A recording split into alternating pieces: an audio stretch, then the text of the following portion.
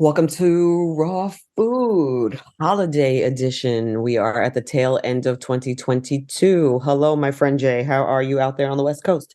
Lovely, lovely. The rest of the country's freezing, and I'm enjoying weather that's been in between 60 and 80. So I cannot complain. How about yourself?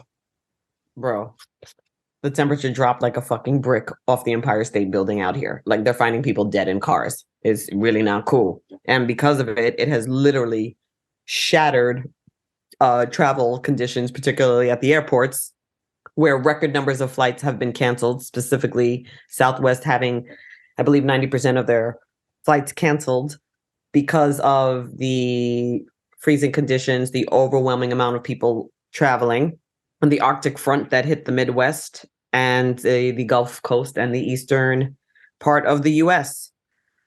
What else is going on in this weird world? U.S. gave $8 billion to the Ukraine because Lord knows Zelensky hasn't gotten enough money for this war. Elon Musk keeps claiming he will resign from Twitter as the CEO once he finds an eligible replacement. And the US Supreme Court has extended its border restrictions days before it was supposed to end. Additionally, Wells Fargo, shame on you, the 3.7 billion for your shameful conduct. By the way, Brett Farr, shameful conduct, stole from the poorest of the poor in the United States. I will not let that go. Funny how all the sports media heads just stopped talking about it. We're talking about everything else in the NFL. We're still talking about Kyrie Irving and a link he posted, but Brett Farr stealing millions from the poorest people in all of the United States. Shameful. Yeah. Shout out to Pat McAfee, white guy with a YouTube channel. I mean, he's blowing up, but he's like, I think the one major sports personality who is continuing to bring up Brett Favre. Okay. Thank you, sir, for the diligence that a multimillionaire felt the need to steal money he already had from the poorest people in the nation. What say you, Jay? You and I are going to disagree on Zelensky because a long time ago, not relatively that long ago, Ukraine had nuclear weapons. Mm-hmm. Why? These were left over from when they were part of the Soviet Union. Okay. These were believed to be unstable, and it was believed that they didn't have the right personnel who knew how to handle these after the fall of the Soviet Union. Okay. But they still had nuclear weapons. They gave them up voluntarily because the US and other powers said, we will make sure you aren't invaded by Russia. We will effectively guarantee your borders. What we're doing is, in my estimation, actually a half-assed attempt to hold up that agreement that was made back in late 80s, early 90s. So part of me actually believes we should perhaps have a little bit more direct involvement to bring the conflict to an end sooner.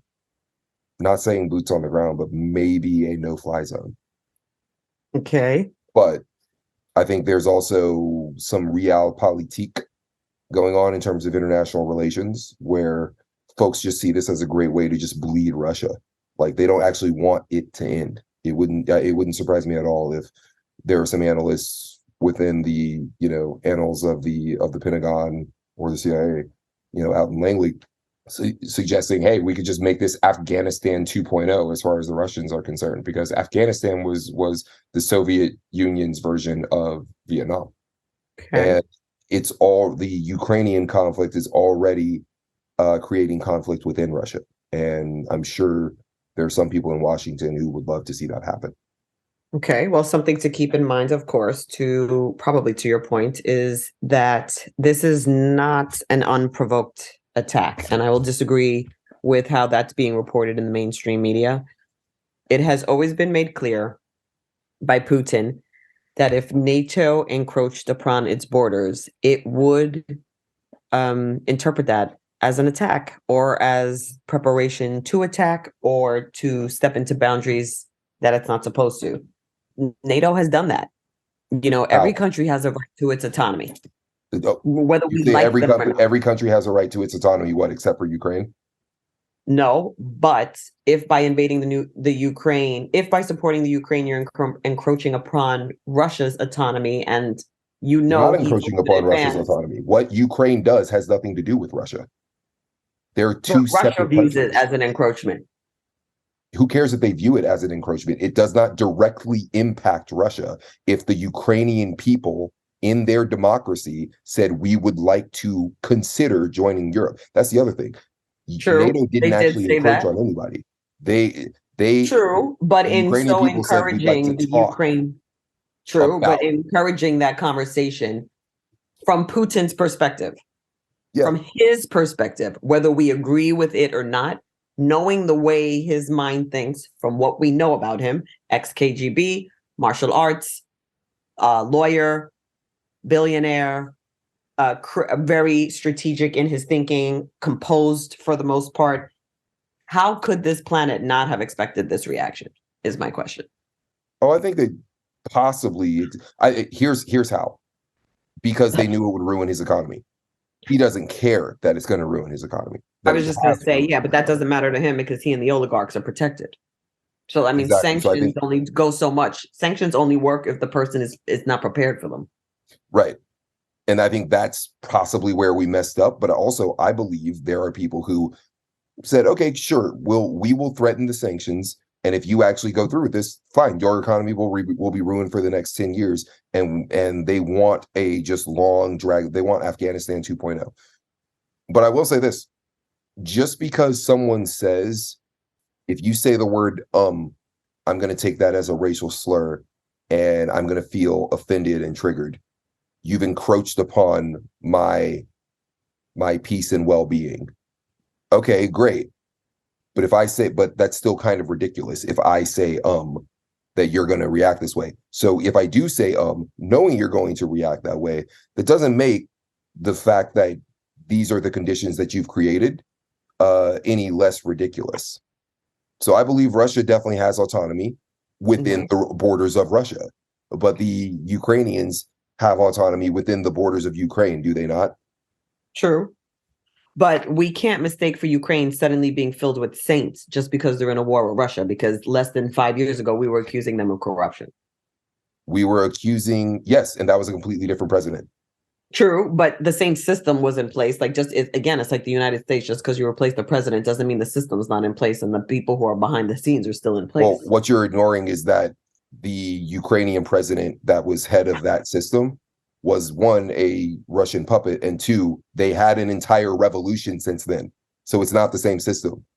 The 2014 revolution, that's the thing. Russia and Ukraine have been in a cold, not even a cold war, a hot-ish war since 2014, when Russia invaded Crimea, took that over and annexed it. And then Georgia, they've also been they've had, battles going back and forth in Donetsk and Luhansk, which are the eastern part of Ukraine since then. But anyway, let's move on, because we could do a whole thing on that. And I do appreciate your perspective about, hey, we knew what the reaction of this guy would be. Yes, we did. That's why I don't think it's dismiss Putin as just a madman, as if he's some villain in a James Bond movie, is reductive and insulting, quite frankly, to his career. Oh yeah, I don't think he's a madman at all, and I think to the extent that he's being sold and billed as such is dumb. And I don't think we have fully our altruistic motives to just help them because we want to be the good guys. I think we don't want anyone to win, and we want to just bleed both. We want Russia to bleed dry, and we want Ukraine to be dependent upon us. Yes, agreed. Yeah, let's move on though. Moving on, Harvey Weinstein was found guilty of 3 more sexual assault charges in Los Angeles. Boy, bye. And there seems to be a report on abortions, fewer abortions. Vasectomy has seen an uptick. So I guess men are stepping to the plate on the heels of this hot topic abortion issue. And the TSA has reported, in light of all the airline travels, unprecedented amount of guns attempting to be brought onto flights. What say you? Wow. Vasectomy's going up. You better get that snip, snip, son. Better get that snip, snip. I think that's not a surprise at all. I think the Should men be stepping up and getting snipped? yes, but again, the folks of means always had access to safe abortions. And always will. If you're rich in one of these states that passed an abortion ban, you can just fly, someone who has an unwanted pregnancy to California and get a safe abortion. It's all the other people, so It's always the other people. The people with resources will always have resources. They'll always have a way. They'll jump on a flight and go to another country. Who cares? It's the people who don't have the resources, the raped teenager in the Bible Belt, the, preteen that's being pimped out by a parent, pregnancies being as a result of date rapes or incest. I mean, there's just so much on the gamut with regard to that. And it's deeply disappointing that as of date, with all of our concerns around the women's reproductive system, that there is not one single law on the books that speaks to what a man can do with his body. For me, it's always about equity. I think most issues that I take issue with, it's about the equity. If you're going to be all over women about their personal autonomy, then I think men should be held to the same standards. That's a great call out. I completely missed the irony there and the double standard. You're absolutely right. That's pretty much the main issue of it for me. Why is it that we can't seem to be a society that focuses on equity rather than equality? Because there is no real such thing as equality. We're not all equal. We all have different gifts. We have different talents. We have different skills. Equity allows all of us to thrive because of it. I disagree. What say you? Equity, how do you determine what each person should get in order to thrive? Equity sounds great, but you have to have someone doing some kind of central planning to make that determination, which, in our previous conversations about bloated bureaucracies, you have some bean counter deciding how much more or less you should receive in order to get equity. And oftentimes prioritizing equity over equality leads to prioritizing desired outcomes instead of prioritizing making sure everybody has an opportunity. We aren't all equal in terms of But I think equity does that. I think equity creates a platform for everybody to have an opportunity based on their personal skill set, not a standardized set of skill sets that we're trying to squeeze everybody into. But who makes that determination of what you should get based on your skill set? Some bean counter in some basement in some government office somewhere. Well, if we were as smart as we all thought we were, it would probably be a panel of child psychologists, philosophers, teachers, education professionals, and I would say psychologists. And the day you cite that you create that, an hour later, 100 consulting companies will pop up to help people hack that shit. And welcome to capitalism. Exactly. Yeah, I'm more on the equality thing, because equality you actually have a better chance of getting. As long as you make sure everyone has that equality of opportunity, you make sure there's accountability for folks that are unfairly not getting their shot at equal opportunity. As long as you make sure there's accountability for people that are infringing upon everyone's rights, that's the best. Do you mean access to resources? You mean access to resources? It's one thing for the resources to be there, but there is a lack of equality in the access to them. I believe the private sector is going to do a better job of can do a better job of trying to make sure there's equal access to those resources with some help, but not with a completely centrally planned institution that is controlling the access to those resources. But that is also another conversation for another time. And I think we should possibly even bring in Adina to talk about this as okay. She works with a number of voting groups and works on equity. And I'm sure you two have very similar views here. And I would love to talk more about it, because it's a more philosophical kind of discussion. Mm-hmm. Because we're getting into what kind of society that we want and providing incentives for people and whatnot. And I think we need to clearly define the difference between equality and equity, or at least for the purposes of this conversation. Yeah, I like it. Okay, fair enough. Thought a little bit more about it. I misspoke when I say the private sector can do a better job of equality. The government needs to be there to ensure equality is happening, especially when it comes to access to resources, because we've known what the private sector does when there's no government enforcement when it comes to access to resources. You need the government to make sure that there's equality and make sure that people are getting equal access to the resources that they should have access to just as a citizen. So, for example, you need the government to make sure people aren't being denied business loans or housing mortgages because they're Black, because they're gay, because they're Jewish, because they're Asian, et cetera, et cetera. To me, that falls under equality rather than equity. But Okay. we can put a pause on that. I did want to clarify that, though, because of course it's incredibly fucking stupid to say, oh, the private sector is better at doing equality. We have empirical data of more than 100 years showing how good the private sector handles equality, and we know what that leads to. Come on. Well, it leads to people of color not making it up to management roles. That we know. Yeah. There's an overabundance of them in the mailroom, though. Yeah. It leads to things like Donald Sterling, the billionaire former owner of the Los Angeles Clippers. Sure did, who had to sell his team because he got caught on a hot mic talking to his ex-girlfriend, calling people all kinds of names, calling Black people specifically. But he made his money in real estate, and he was found to be in violation of people's civil rights. He was not letting Black people rent properties that he owned, essentially. And the government had to come in to ensure equality, and they made him pay a giant fine. You know how it goes: admission of no wrongdoing after an investigation, pay a fine, blah blah blah. But he did have to do that. Okay, fair enough. And he did have to sell his percentage of the team. Yes, because he's a scumbag. Right, as he should. So peace to you. And I'm not sure why other owners have been able to skate by without similar consequences. Yes, indeed. I love that we were able to talk about some more high-minded things in our current events. Let's get to the dirty, stupid, low-minded sounds pejorative. Let's just get into what folk is talking about. Okay. First and foremost, so back to all these canceled flights. Motherfucking Southwest Airlines. Motherfucking Southwest Airlines is on some ish.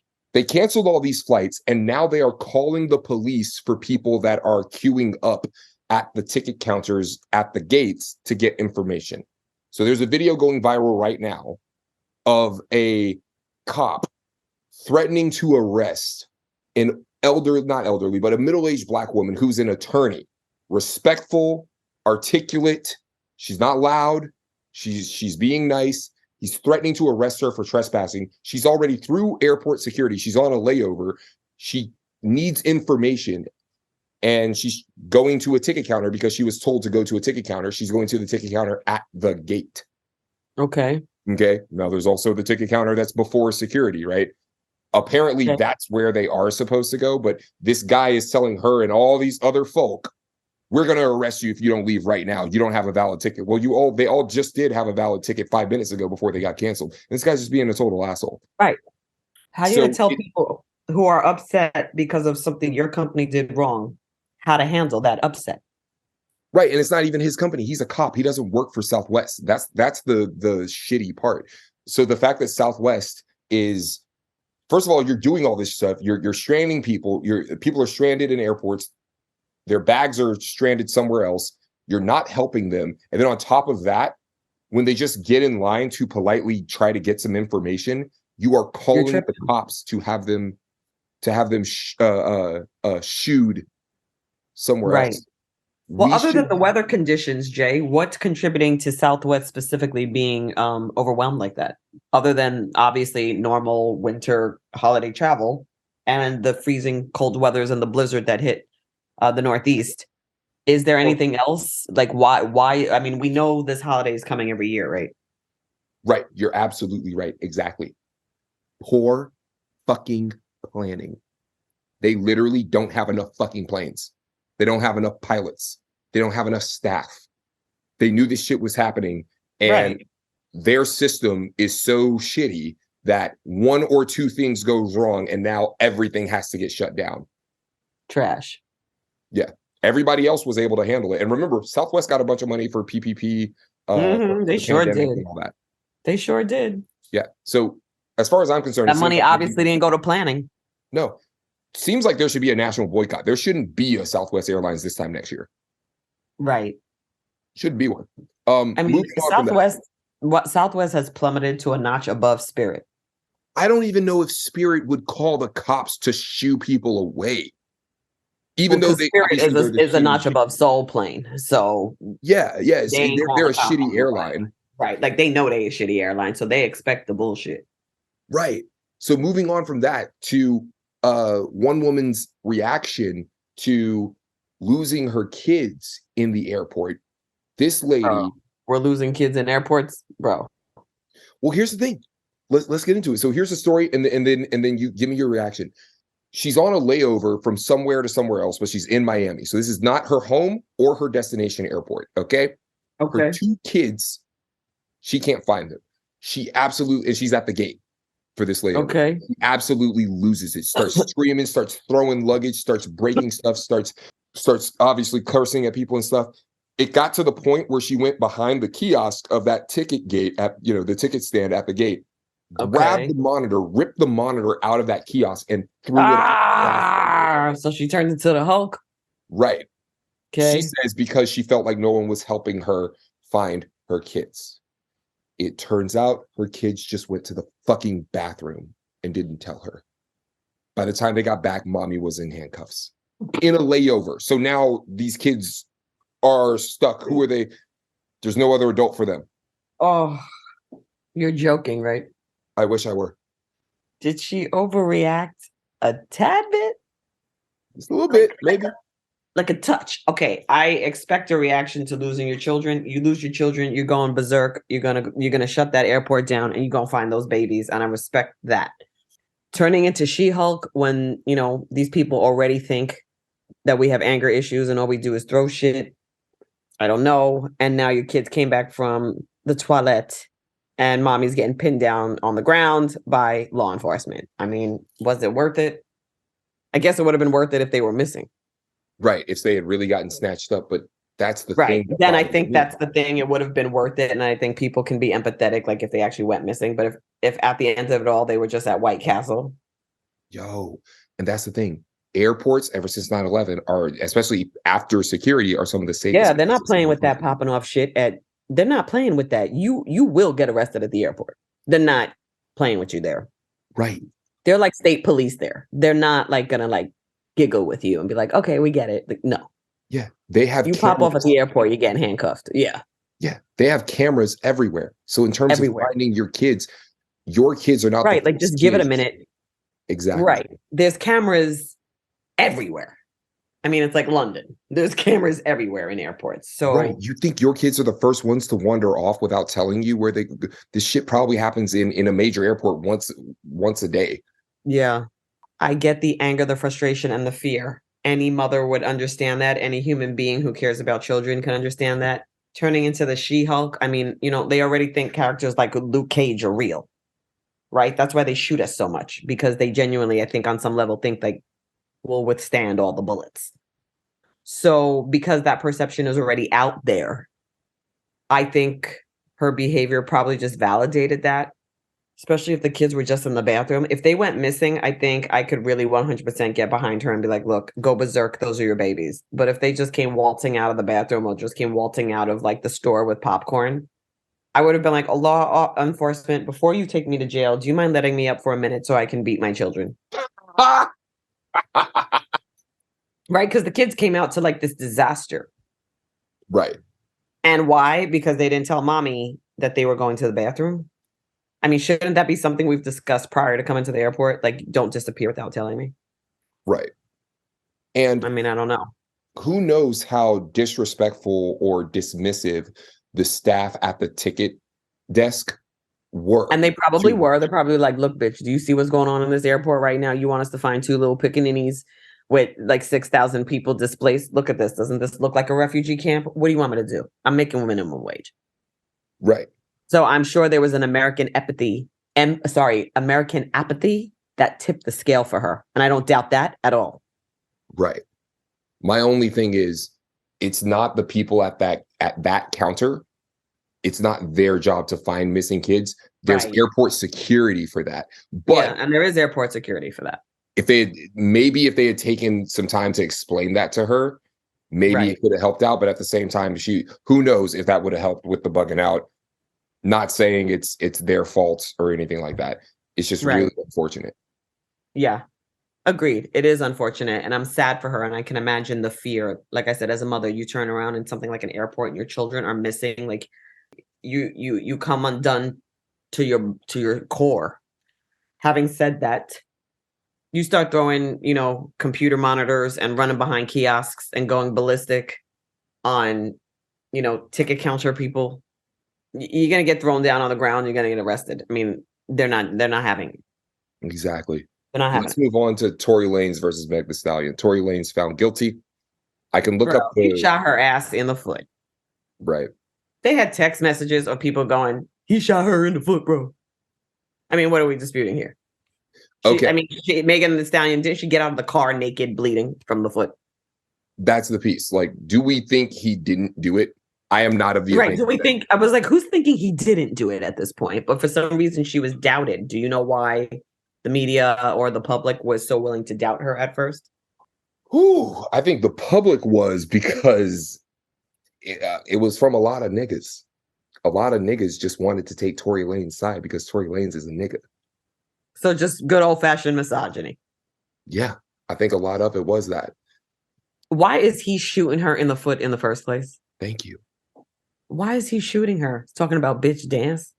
I don't know. And then there was all this stuff about, oh, well, Megan said they never had sex, and it turns out maybe they did. So like that actually matters about what. That's not material to whether or not he shot. But no, I disagree with you there. It does change the context of the story if there is a sexual relationship. It's one thing if like you shoot me and you're my next door neighbor, and it's another thing you shoot me and comes to find out we've been having an affair for 3 years. Okay, the context, yes. But in the eyes of the law, did you shoot her or not? And he shot her ass. Yeah. Okay, that's fair enough. That's fair enough. Do we know, though, what provoked him to the point of him shooting her ass? There's so many different stories about that is not worth getting into unless we're going to do a whole nother episode on it. No, and quite no insult to the storyline, but this is not something in the context of what's happening on planet Earth. This is probably not in the top 10 of levels of importance. No, it's not. Having said that, I wanted to shine some light on the fact that a Black woman was shot. There was no disputing she was shot. There was almost no dispute he did it because the people who witnessed it texted it. Mm-hmm. She got out bleeding. Everybody was half naked. And clearly they weren't studying for their final exams in the back of that SUV. So I want to highlight the fact that as a Black woman, she shouldn't have gone through all that just to be believed. What happened to me too, right? What happened to believe women? Something about that case triggered people in a way that wasn't positive towards her. And it seemed like a similar kind of effect to the Amber Heard case with Johnny Depp. Like Johnny Depp somehow, even though he was trash too, came out in much better light than she did, even though it was shown that they were both abusive. Only one person threw a bottle at somebody and lost the tip of their finger for it, and only one person took a shit in someone's bed. But setting that aside, the other I didn't say the bitch wasn't tacky. The other piece that's interesting to me about this Tory Lanez thing is apparently Tory Lanez's dad claims to be like a prophet of the Lord or whatever. And he's outside of the courtroom. He's upset. He's almost speaking in tongues and everything. And he's blaming Beyonce and Jay-Z. So this is the other piece that I'm worried about with our culture. And why? Why is he blaming them? Leave them and their old cult worship alone. Because Jay-Z owns Rock Nation. Rock Nation is a talent agency. Meg Thee Stallion is signed to Rock Nation. And so he's saying that Jay-Z and Beyonce, whose cumulative net worth is north of $2 billion, risk going to jail to try to influence this trial. This bony ass Negro in the back of this SUV. Yeah. So I'm worried. I worry about us and what it says about us if anything that happens that we don't like particularly with an artist, we just blame it on Jay-Z and Beyonce, or we blame it on Diddy. We used to blame white people and the rich for everything, or the record labels. Now it's, well, we're just going to blame Gianni. Now we blame all the black people who we don't feel do enough. Yeah. And then his dad went on this whole rant about, well, you something claim you want to help black men, but you only sign these artists that are so bad. And yes, sure, Jay-Z does that. But also, like, Tory Lanez, do you know what the fuck your son raps about? Bro. It's not like your son is a Christian rapper, Mr. I'm a prophet of the Lord. And I'm like, he literally like did an impromptu press conference where he's like calling down the righteous wrath of God on Beyonce and Jay-Z. Bro, pump the brakes. Yeah. I mean, your son's not Malcolm X. Let's put some perspective on some shit here for a second. Okay. You can't have an artist claim the type of, violence he does in his music and then turn around and act like you're the chosen one. Because I don't know, there ain't enough Kool-Aid in this fucking drink for me to swallow that. So thank you. Let's see.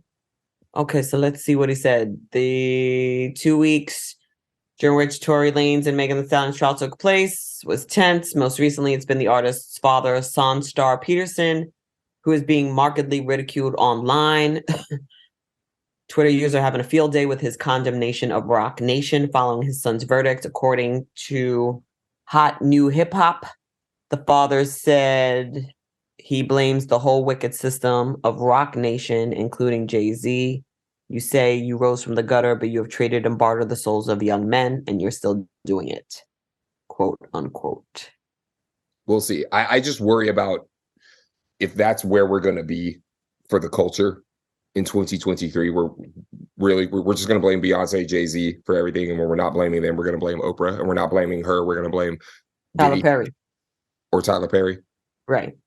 Y'all know half the stuff they do in silence. Right. Unless, I mean, do you think Lanez's dad is trying to allude to the whole Jay-Z, Beyonce, Illuminati thing?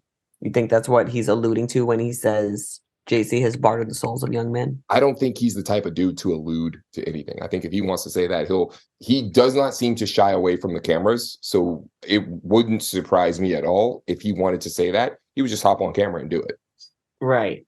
And then to your point, so I guess there was some back and forth about whether or not they were friends or lovers. And accordingly, they say he was found guilty of shooting what they call his former girlfriend. There it is. So was it the lies that made her compromised? That she didn't want to own originally the fact that there was a sexual relationship? I don't think in the eyes of the court it mattered, but in the eyes of niggas, it was like, see, she lying.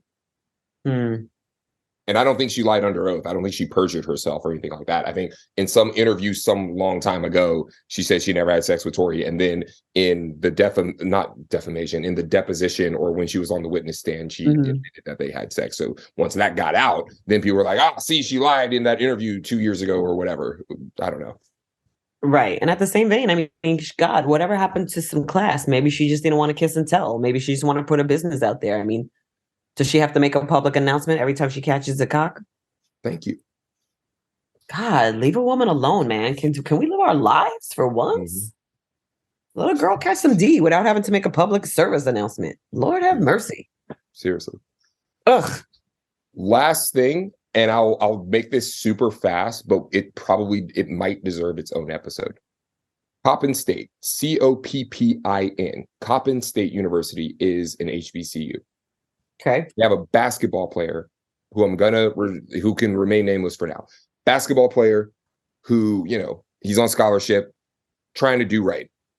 Assistant coach catfishes him, creates a woman's profile. That woman tells this basketball player, send me nude photos. He says, sure. Eventually he wants to stop. She says, if you don't, I'm going to leak your nudes and you're going to be exposed, and you'll lose your scholarship, or you'll be embarrassed, whatever. Wait, but why was this person being blackmailed? What was the purpose of doing this in the first place? Because the basketball coach is a sick fuck. It gets worse.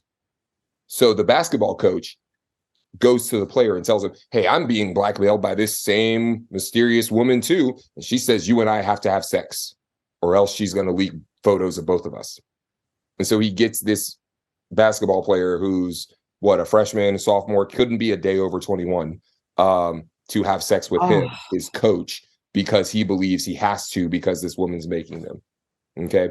It doesn't stop there. More photos or whatever. Eventually, the basketball player talks to the coach, the head coach, about this stuff happening. Who's this head coach? It's Juan Dixon, whose wife is on Real Housewives of the Potomac. Juan Dixon, who was captain of the team at Maryland, who was a giant basketball star. I grew up watching him in his epic battles against Duke. And he also went to the NBA, and he had a very interesting life. And I believe both his parents died of AIDS and stuff back in the day. I've been rooting for Juan Dixon. I can't believe this guy basically, just not even basically, he didn't do anything. Took no wait a action. Minute. The teacher that posed as a woman was a man?